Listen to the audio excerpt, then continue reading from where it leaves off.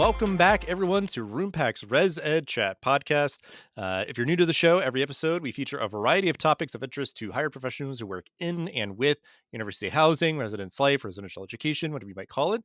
We're covering a wide variety of topics, as I said on the show in this episode here. I think hopefully what we're trying to do here is kind of a string of episodes focused on different aspects of assessment work, which, quote unquote, core component of the curricular approach and so much that's happening nowadays in residence life. And so I feel like we're kind of starting a little bit broad here. So we'll see kind of where we go in the conversation, but just kind of building an assessment plan, why it's important, how to kind of utilize it and use technology to assist in that process.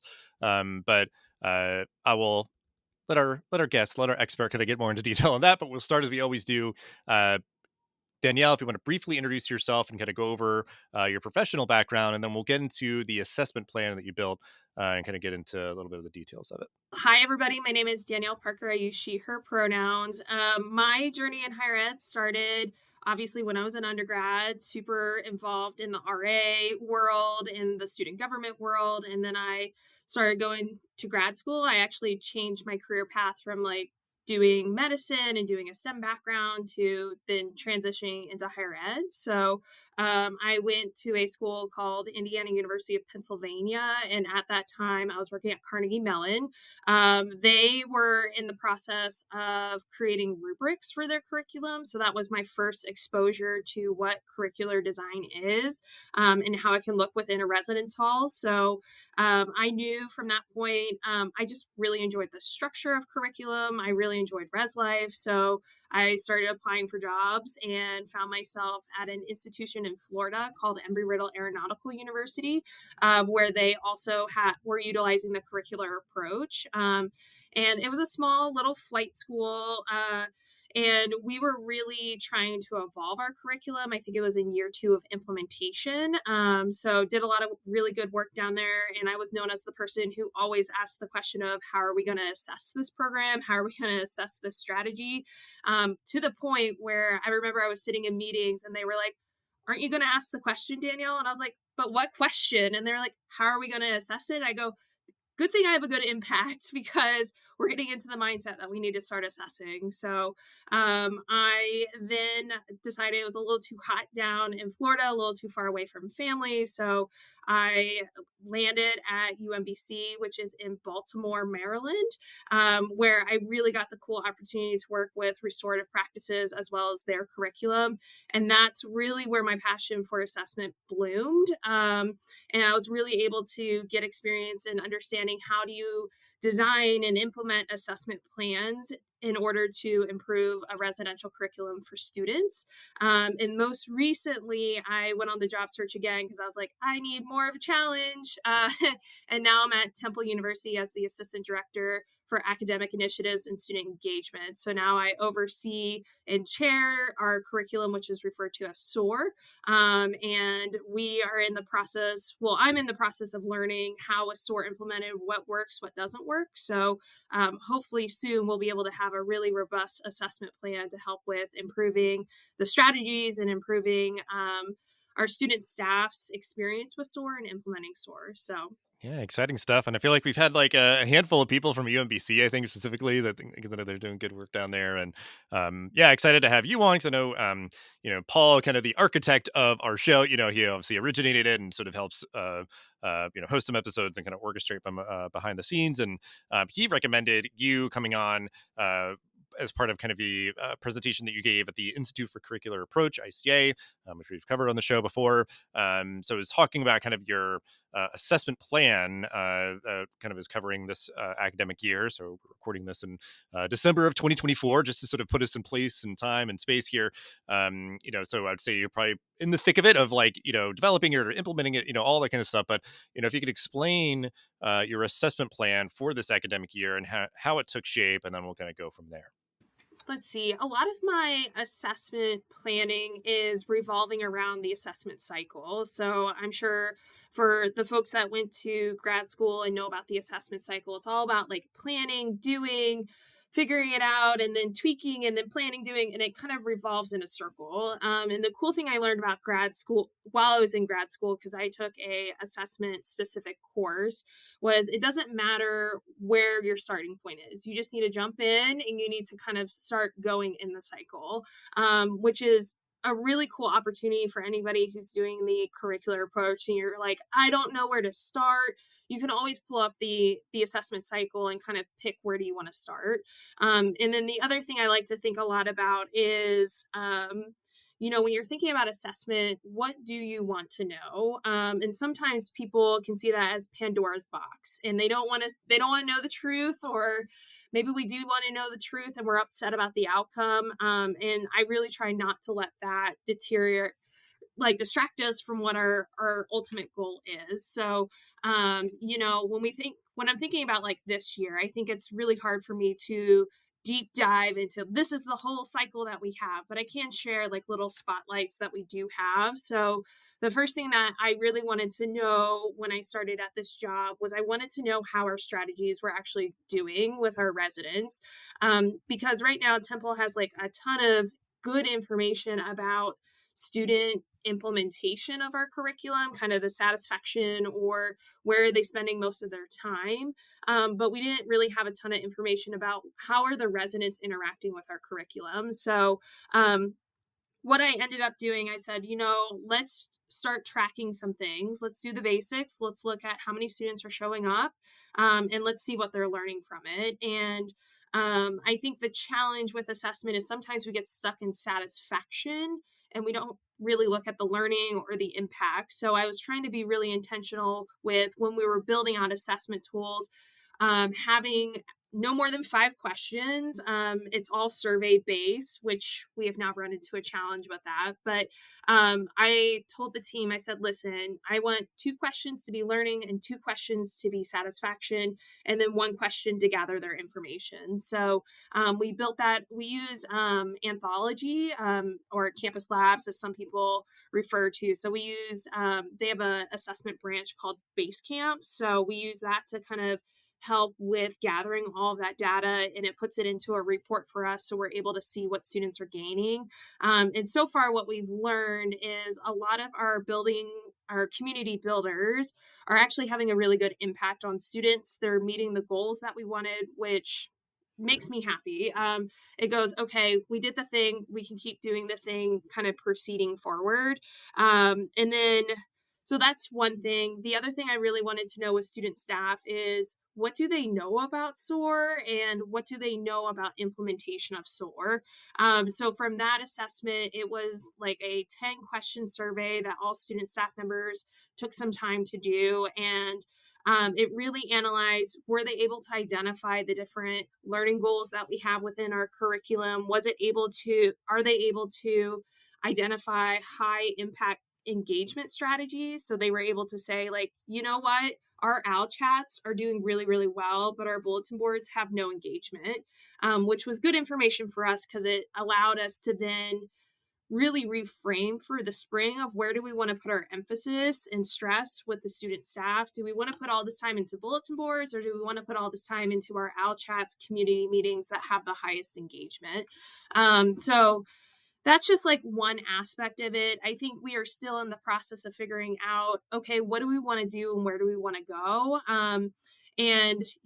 I think the spring will help us figure that out. I think the challenge, once again, I started in May. So, really, this first year is about me kind of sitting and watching and seeing if I can build some tools to learn more about what we're doing, which falls into the assessment cycle. So, hopefully, that was helpful.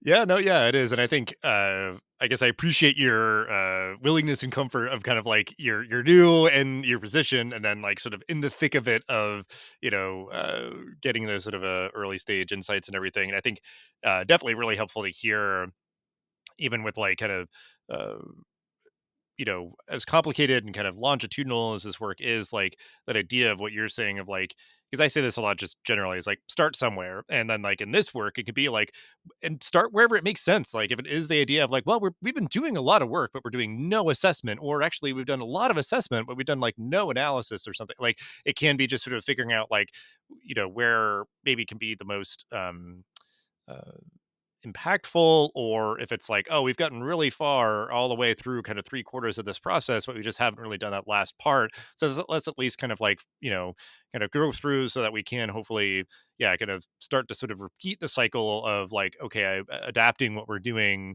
with the insights that we've gotten from our, feedback or whatever else. And, um, kind of go from there.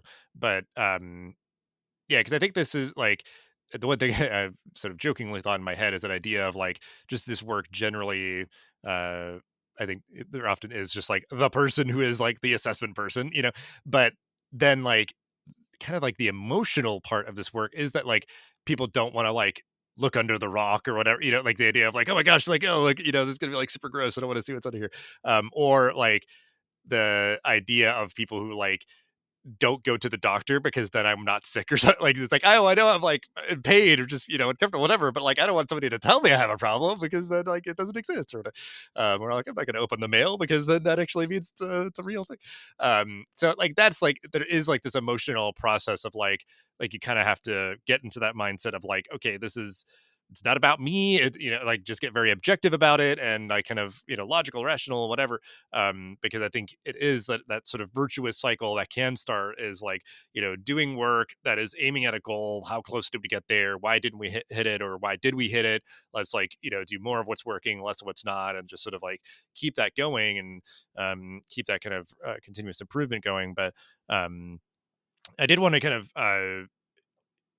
focus in on one part of it. I think is the technology piece, because I think obviously that just makes it, I think, more certainly more efficient and maybe just more kind of optimized. And you kind of name dropped, utilizing a tool, the anthology. So if you want to talk more about that, or just sort of like your thinking, even if it's sort of like, I don't know, like your sort of whole background and kind of history of like how technology, since I know like you're kind of like in the thick of it right now. So certainly talk about, current example and or kind of the whole sort of longitudinal experience of you like utilizing technology, um, to assess learning and do assessment. Cause I think that is like certainly a major factor here. So I've kind of already started name dropping. I think here at Temple we use Anthology. I've already talked about that in the base camp aspect. We also use Advocate to help with the data tracking for our OWL chats or our intentional interactions. And they have actually launched a really cool tool to help with building OWL chats within Advocate, building reports that helps with pulling, where's each resident assistant at, where are they going, what is the most commonly asked question, which really in long term will help us out with sequencing for the upcoming year of like, okay, this is when this question was most frequently asked, why don't we build some strategies focused around some of those questions to help students feel more successful. So for example, the start of the school year, we had a lot of RAs asking questions about roommate relationships, which, has been a little bit of a challenge for us due to the high occupancy and limited ability to have residents change rooms. So what we've learned is like, okay, so we have a lot of students asking these questions at the beginning of the year. Why don't we build a strategy to help with residents navigating roommate relationship challenges? So I think that's one other example here at Temple that we're using. During my time at UMBC, I think that's the assessment cycle I'm like the most proud of right now because I saw it from start to finish. But we surveyed our student staff to see, very similar to here to Temple, we wanted to know how the implementation of the curriculum was going. Because we really believed at UMBC having students implement and be a part of that implementation of the curriculum was critical. So, when we assessed our students, we used Qualtrics to help with, very similar to Basecamp. We wanted something online, something that they could put in, but also a tool that would be able to generate the reports. Because if you don't have that tool, then you're responsible for generating that report, which can take a lot of time, which we all know in higher ed, we don't have a ton of time. So, we use Qualtrics there. We used a lot of the assessment tools on Roompact as well. So, the report generated feature now that Roompact has. I forget what like the technical name is, but that tool has been uber helpful with pulling strategy numbers, with pulling attendance numbers, with pulling owl chat, or I guess they use retriever chats there, retriever chat numbers there as well.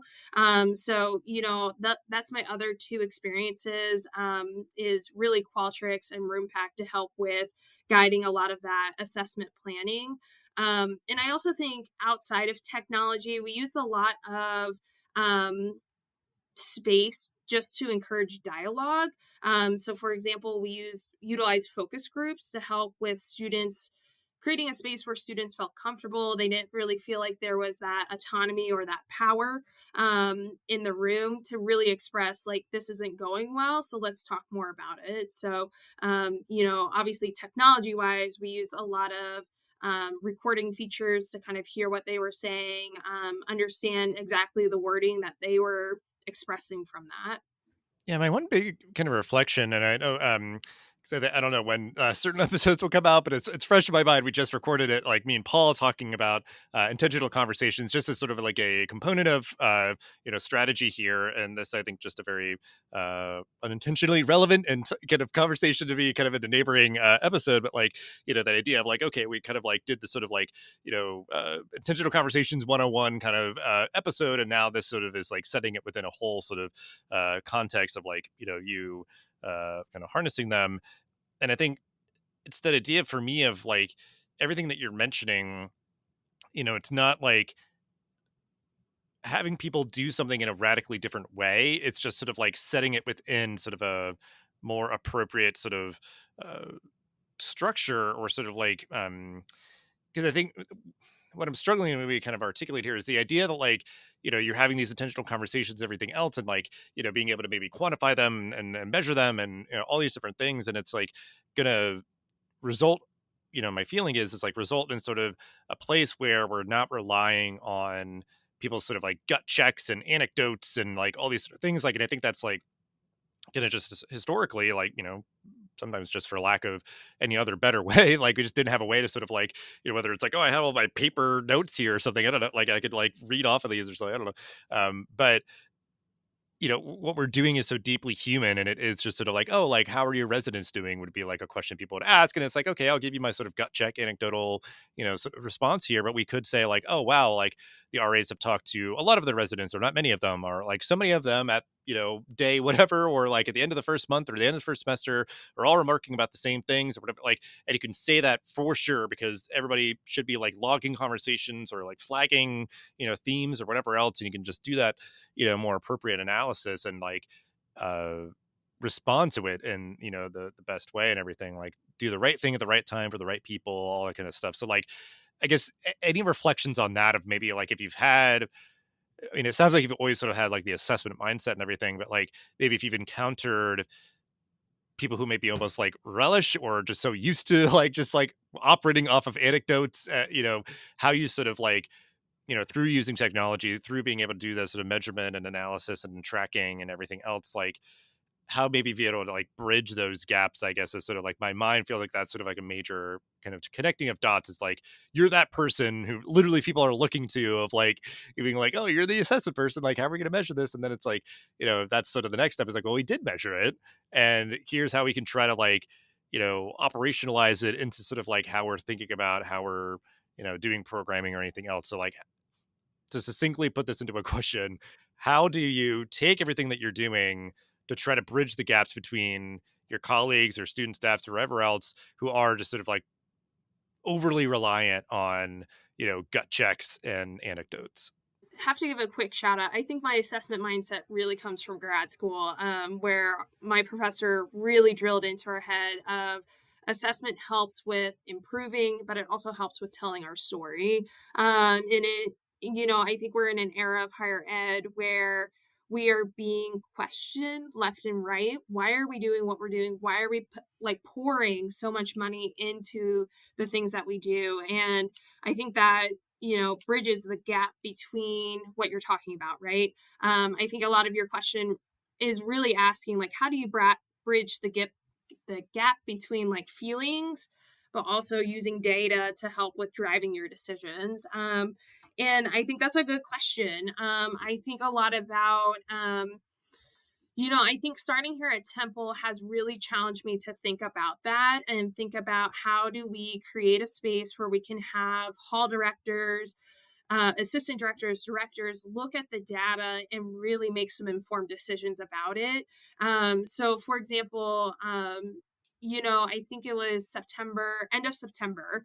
I had the goal in mind that each hall director would get a monthly report, and the monthly report would reflect how many programs have been logged, how many residents have shown up, what did they learn from that program.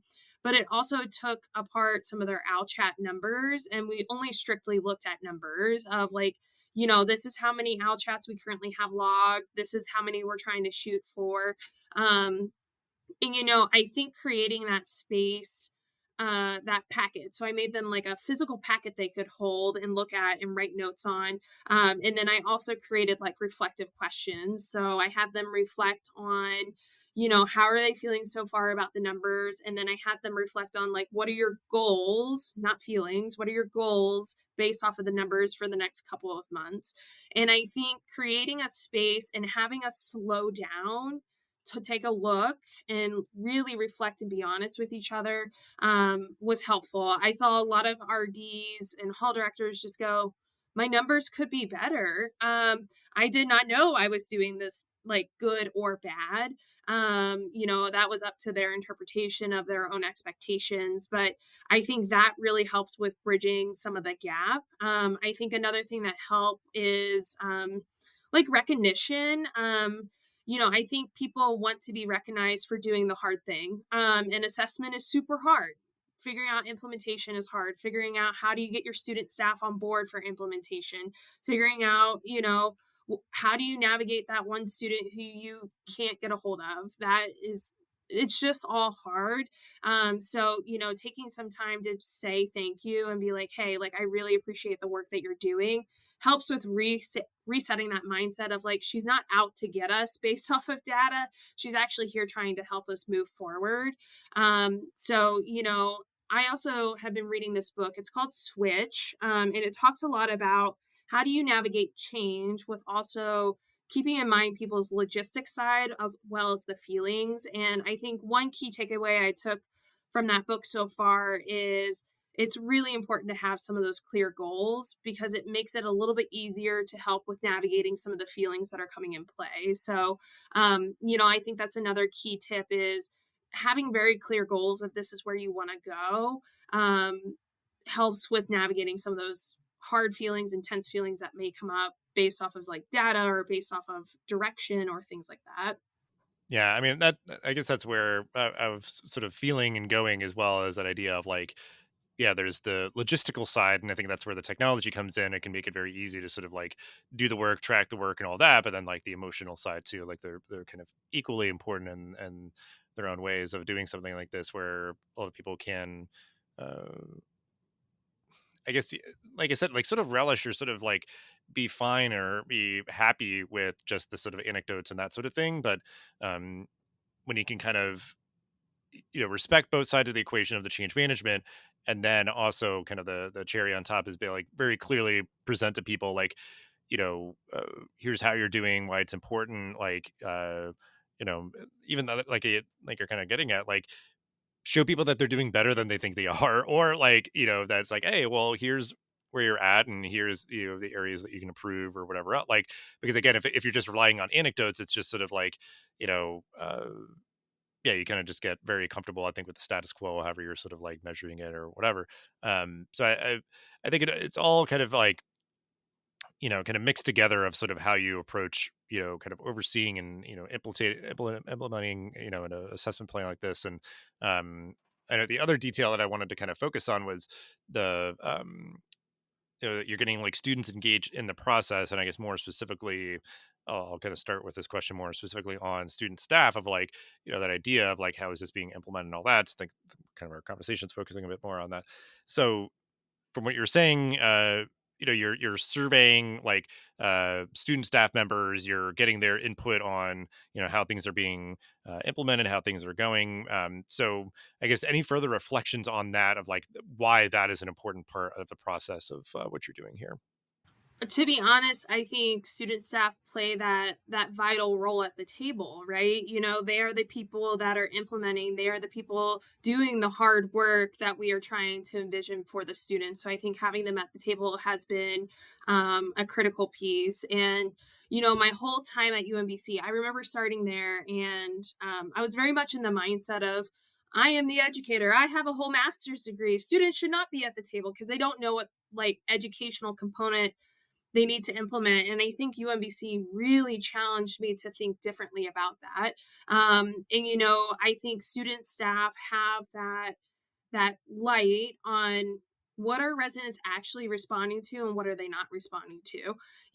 I think here at Temple we're experiencing the challenge of, intentional interactions are a very sticky point because students don't want to interact with us.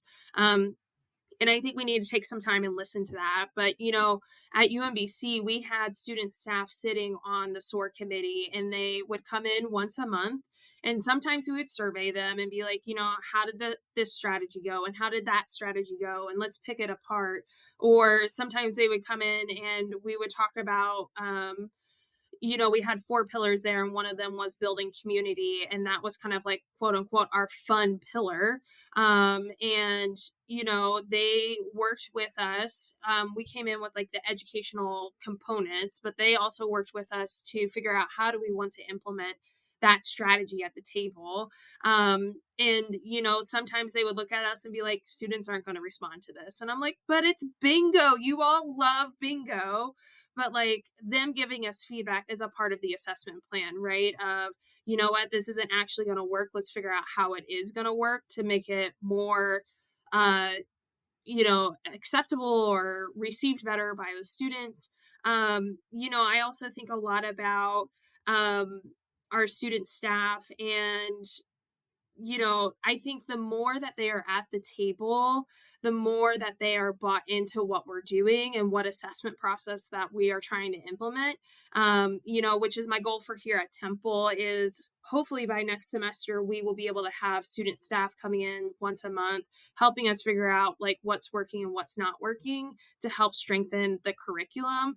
Cause I tell them every day, I said, listen, I think we need to like work together in the sense of, I think RDs, hall directors, grads, professional staff, we're the experts of education, what skills you need to learn by the time you leave, but you all are the experts of fun. So how do we bring you to the table to have more fun while also trying to implement the thing that we were trying to do?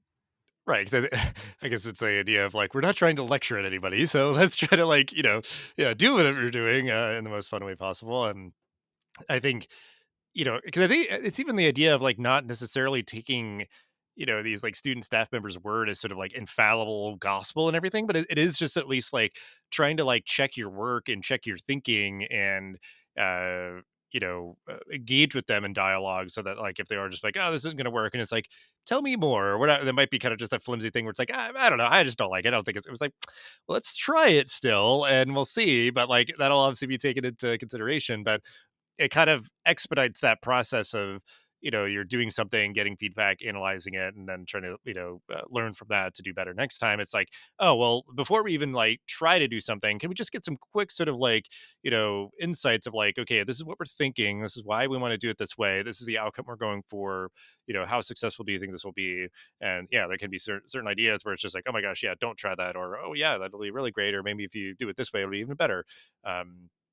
So like you don't have to wait so long to start generating insights that you can use, like you could use that to like immediately before you even you know start some sort of initiative the first time, be like, oh hey, yeah, we already got some great feedback to make adjustments here. So I think it's really smart, and I think yeah, it's going to generate a lot more of that buy-in, even if like uh certainly by having them feel like their voice is heard. But, if nothing else, it is just like, okay, people who will be like doing this stuff, like, let us give you, some time and space here to like understand what we're doing, why we're doing it, the outcome we're hoping for, and all that, versus just being like, well, just do it because I told you so, like, and just, like, just deal with it or whatever. So I think, yeah, all that very good. I think just all the aspects of like, just a broader sort of assessment plan, its importance, and sort of the things to be considerate of as you're getting it implemented. Uh, as we're wrapping up, I feel like this is a great topic to kind of keep the conversation going on as folks are doing this work. Any further advice or resources or things that you'd want to recommend to folks? I know you mentioned that one book, but yeah, anything else come to mind that you would like to share? I think it's important to remember with assessment. Sometimes things go to plan, and you're like, check, check, check, did the thing. But also sometimes there are loops that are going to make you either change it or throw it out the window or whatever it is. So I encourage people to be resilient and try not to lose sight of what you're trying to do. I think it's very easy in assessment to get in the weeds and to forget about that big picture. So I mean, it's about being resilient. I think it's also like you mentioned, I think we in higher ed need to do a better job of having students at the table to give some of that live feedback to us, because honestly we can leverage that and create more impactful experiences. And I think lastly, like, I'm not an expert on it. I'm just trying to figure it out as we're all trying to figure it out. But I think it's very hard. And we talked about it earlier, right? Like managing some of the feelings that come up with it. Of we're doing such a bad job, or I think you have some people at the table that have been here forever, and they're like, I don't want to let go of this, and I'm like, but I have the data saying this isn't good. So I think it's about like how do you create space to engage in that dialogue so feelings can be navigated as you're trying to persist forward. So greatest words of advice: be resilient, please, because it's going to help you out in the long end, and then you can tell your story of the impact that you're having on the students, which obviously gets good PR with your VPSA, provost, president. You can keep going up the chain. So be resilient.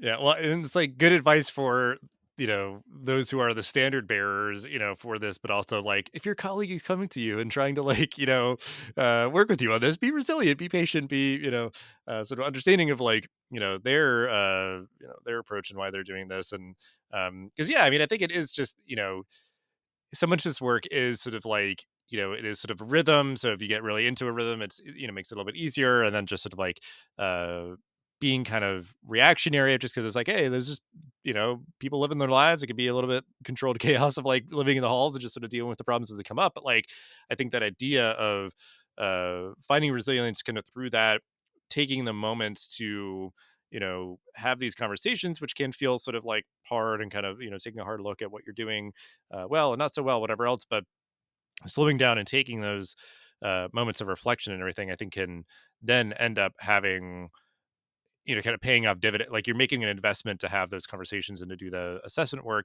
to have it not feel as though you're always just sort of like pushing against the grain and all that. It's like, why aren't students responding to this or that? Like, why are they always, like, flaunting the rules or doing whatever else? It's like, oh, because like we're not explaining them clearly enough, or we're not like, doing X, Y, or Z in our like, conduct process or whatever, But I think it is just sort of, uh, yeah, important to have that resilience to have these conversations on both sides and to be really empathetic to all the sort of factors and emotions and everything else. And yeah, to bring students into the process and also to use the right technology tools to try to make it as easy as possible. But um, so, I mean, yeah, I really appreciate this. Is sort of feels like a very good kind of general conversation around assessment. I'm hoping to kick off a few different episodes on this topic in the coming weeks. But just really appreciate you, your work, and your time, and for yeah, jumping on and having this conversation. Yeah, tickled pink to be here. Best of luck, folks.